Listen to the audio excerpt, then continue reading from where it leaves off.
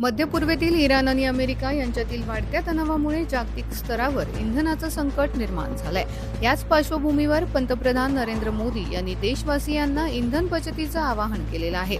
मात्र आता या आवाहनावरून राष्ट्रवादी काँग्रेसचे अध्यक्ष शरद पवार यांनी केंद्र सरकारवर निशाणा साधलेला आहे। शरद पवार म्हणाले की पंतप्रधानांच्या अशा अचानक केलेल्या घोषणांमुळे देशातील जनता, व्यापारी आणि गुंतवणूकदारांमध्ये चिंतेचे वातावरण निर्माण झालंय। केवळ इंधन बचत करून हे संकट टळणार नाही तर आर्थिक परिस्थितीचे दूरगामी परिणाम होऊ शकतात। अशा गंभीर विषयावर देशातील सर्व राजकीय पक्षांना विश्वासात घेणं आवश्यक आहे।